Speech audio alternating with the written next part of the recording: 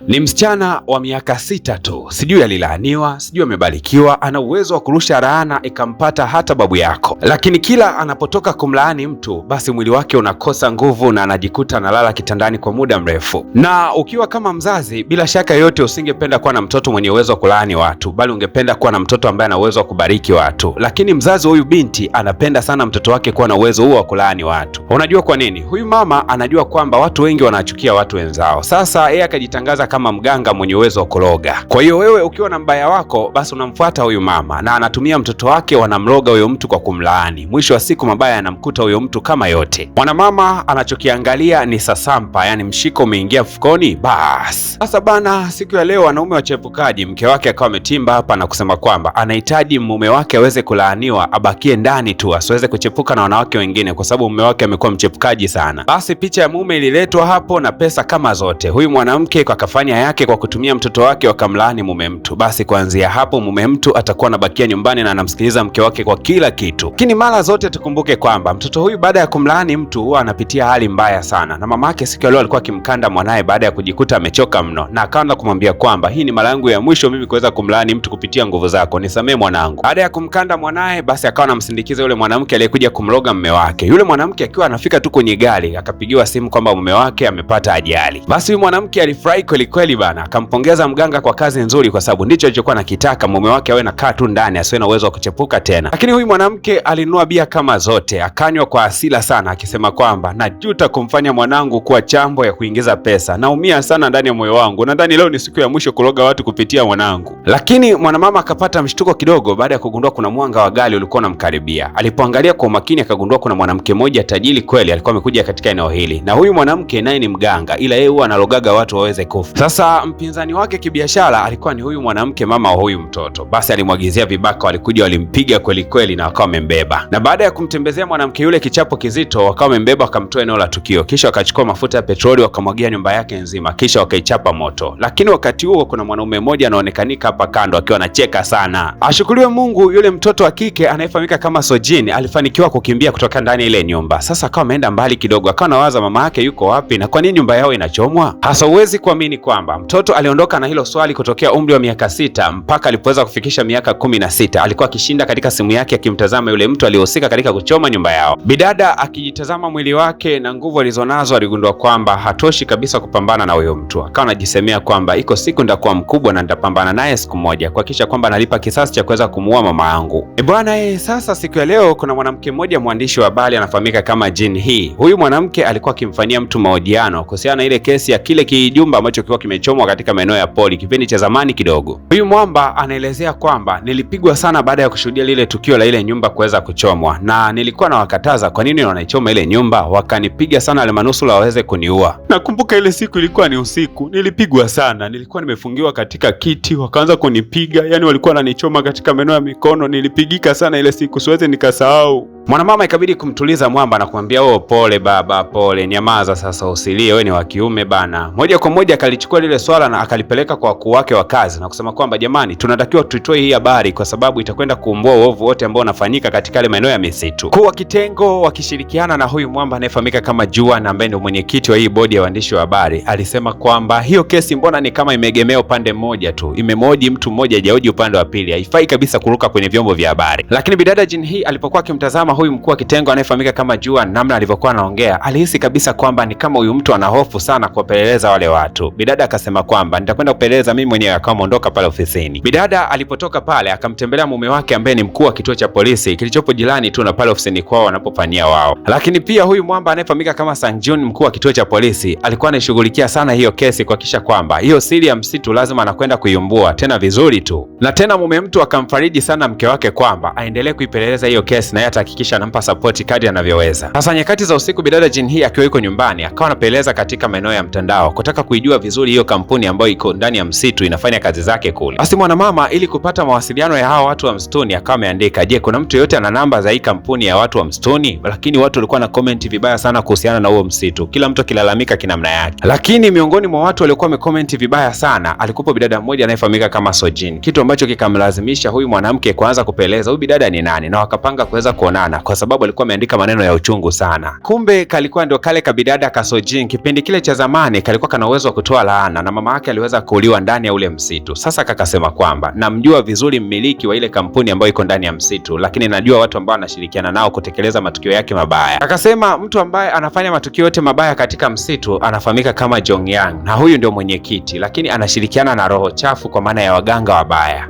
Bidada Jinhee alicheka sana, akasema umesahau kwamba tuko karne 21, mambo ya mizimu hayana maana kabisa, na mambo ya kutumia waganga sio wachawi, haya siku hizi hayafanyi kazi bana. Mwisho wa siku bidada Jinhee alihisi kwamba Sojin huenda anamfanyia masiala, akaamua tu kutaka kusimama kuondoka, lakini bidada alikuwa serious kabisa alichokuwa nakiongea. Bidada Kasojin kakazidi kumhamasisha bidada na kumwambia kwamba nayamaanisha yote ninayoyasema, tafadhali naomba uniamini. Lakini bidada wakati anaondoka akataka kumchukulia bidada serious, lakini kaona bana ni utoto tu, anaongea mambo gani ya kijinga hayo. Sasa zilipofika nyakati za usiku, bidada Jinhee akajikuta anaanza kuota ndoto kana kwamba yule mwenyekiti wa ile kampuni eti ameanza kubadilika kuwa shetani, kutokana na yale maneno ambayo bidada Sojin alikuwa ameweza kumwambia, yakawa anajirudia kidogo katika akili yake. Hasa hapa, mpenzi mtazamaji, bidada alipokea taarifa moja ndogo kidogo kwenye simu, lakini taarifa ilikuwa na mashiko sana. Alikuwa ni yule mwamba ambaye siku za hivi karibuni alijitokeza na kusema kwamba alifanyiwaga kitu kibaya sana ndani ya msitu mara baada tu ya kuwaonya watu wa msituni kwamba wanachokifanya sio kizuri. Alipigwa sana siku ile. Hasa leo amempigia simu bidada, anataka kueleza ukweli mzima na amtaje nani ambaye aliweza kumfanyia tukio baya, kwa sababu kipindi cha kwanza kuweza kumtaja. Basi mwamba alikuwa amewasha gari na anakimbiza kweli kweli kuelekea mjini, lakini ghafla katikati ya njia akashangaa kuona kwamba mdomo wake ni kama vile haufungui tena, yani hawezi kuongea, na mara ghafla nguvu zikamwishia katika miguu yake, akajikuta mpaka mikono yake haiwezi kushika tena steering wa gari. Mkono taratibu ukaanza kunyenyuka, ukashika gia ya reverse na ukaanza kuirudisha gari kuelekea korongoni. Mwamba alijiua yeye mwenyewe, lakini ni kama kuna nguvu fulani ilikuwa inamcontrol. Lakini huwezi kuamini, wakati tukio zima linatokea, bidada alikuwa anasikia hatua kwa hatua mpaka mwamba gari yake inapata ajali mpaka jamaa anakufa. Sasa ikamlazimu kuweza kurudi ofisini kurudisha ripoti kwamba yule shuhuda aliyekuwa amempa ushahidi siku ya jana ameweza kupoteza maisha. Lakini wakati anafika ofisini, kumbe bana huyu Juan ambaye ni mkuu wa kitengo cha habari alikuwa amekutana jana na secretary wa yule mwenyekiti wa ile kampuni, akampatia chochote kitu akihitaji kujua jina la huyo shahidi ambaye ameleta ushahidi katika eneo hili. Baada ya mkuu wa habari kutaja jina la huyo mtu ambaye ni shahidi, basi moja kwa moja kilichomkuta shahidi ndio kama tulivyoweza kukiona, aliweza kufia katika gari. Kumbuka kwamba kulikuwa kuna waganga wawili mwanzoni kabisa mwa mama yake na bidada Sojin. Yeye alikuwa analoga watu, mfano labda unataka mume wako akupende, vitu kama hivyo, lakini yule mganga mwingine alikuwa analoga watu kuweza kufa kabisa, na ndio aliyeweza kumuua mama yake na bidada Sojin. Hasa bila shaka yoyote, huenda ile kampuni ya masuala ya misitu inamtumia sana huyo mganga wa kuweza kuua kwa mtu yoyote ambaye anaingilia katika njia zao. Bara liko hapo. Bidada Jinhee, mwandishi wa habari, alipofika ofisini aligundua kabisa kwamba mkuu wake wa kitengo Juan huenda anahusika sana katika tukio hili na kutoa wapi mwamba alikokuwa ameelekea. Basi akaanza kumfokea kwa kusema kwamba umesababisha kifo cha mtu, unajua hilo? Mwamba Juan alikasirika sana, akamkaba bidada, akamwambia kuwa katika maisha yako yote usijaribu kuandika habari mbaya kuhusiana na ile kampuni ya misitu, kwa sababu iko siku kitakulamba. Hasa wakati huo bidada Jinhee amesukumizwa pembeni, akaona kuna biki ambayo imeandikwa jina la mwamba Juan ambaye ndio mkuu wake wa kitengo cha habari, na akakumbuka kwamba bidada Sojin alimwambiaga kwamba mimi nina uwezo wa kumloga mtu, ikiletewa jina kamili la mtu kuanzia jina la kwake, la babake na la babu yake, baada ya hapo nikaletewa na kiwango cha pesa, nina uwezo wa kumloga mtu. Ndivyo kazi ambayo mamangu alikuwa ananifanyia. Kwao nimeishi katika hicho kijiji cha poli. Sasa bidada akagundua kwamba hawezi kabisa kumpiga huyu bosi wake, lakini mbona kama kuna peni ambayo ina majina yake yote. Moja kwa moja akachukua ile peni na moja kwa moja anaenda kumpelekea bidada Sojin ajaribishe, je, kweli anaweza kuloga mtu, kwa sababu huyu bosi anastahili kulogwa kabisa huyu. Basi alipomfikishia bidada picha ya bosi wake pamoja na peni ambayo ina jina la bosi wake, basi bidada akaanza kuloga bana, loga kweli kweli mpaka ile mishipa kwenye mkono wake ikaanza kuchomoza hivi. Baada ya hapo akasema kwamba tayari nishamloga mtu huyu. Lakini bidada mwandishi wa habari alikuwa anaona kama ni masiala tu bidada alikuwa anayafanya. Akaona kwamba yani hapo mlivyoongea tu hivyo tayari umeshamloga mtu.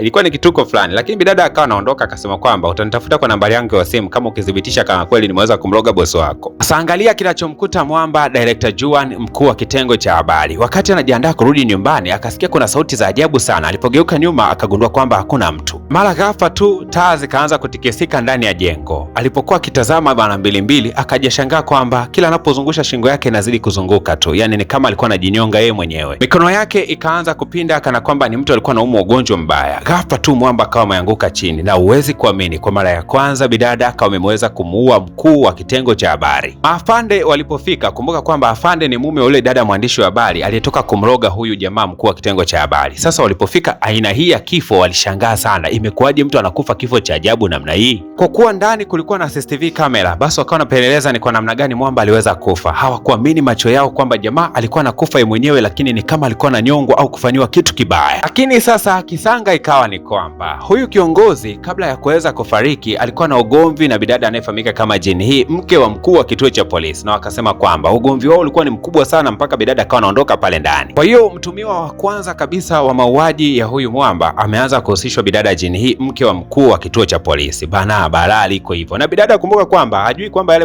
masiala ya kwenda kuloga yamefanya kazi kweli. Nadhani nini kitakwenda kujili, na kumbuka kwamba ni mwanzoni kabisa mwa picha yetu. Kumbuka kwamba picha hii inaletwa kwa udhamini mkubwa sana wa mwamba anayefahamika kama Gobore Pictures. Ni vyema ukagusa alama ya kusubscribe hapo chini, itajitokeza chaneli yake. Ukigusa alama ya kusubscribe katika chaneli yake, basi unakuwa umetisha sana, kwa sababu ndiye anasababisha picha hii iweze kutoka kwa wakati. Fanya hivyo shabiki yangu wa nguvu, ili tuweze kusonga, ikiwezekana picha hii tuweze kuimaliza ndani ya siku moja, kwa maana ya leo. Ukimsupport mdhamini wetu, basi unakuwa umetisha zaidi na picha hii itakwenda kutoka kwa haraka zaidi kuliko kawaida.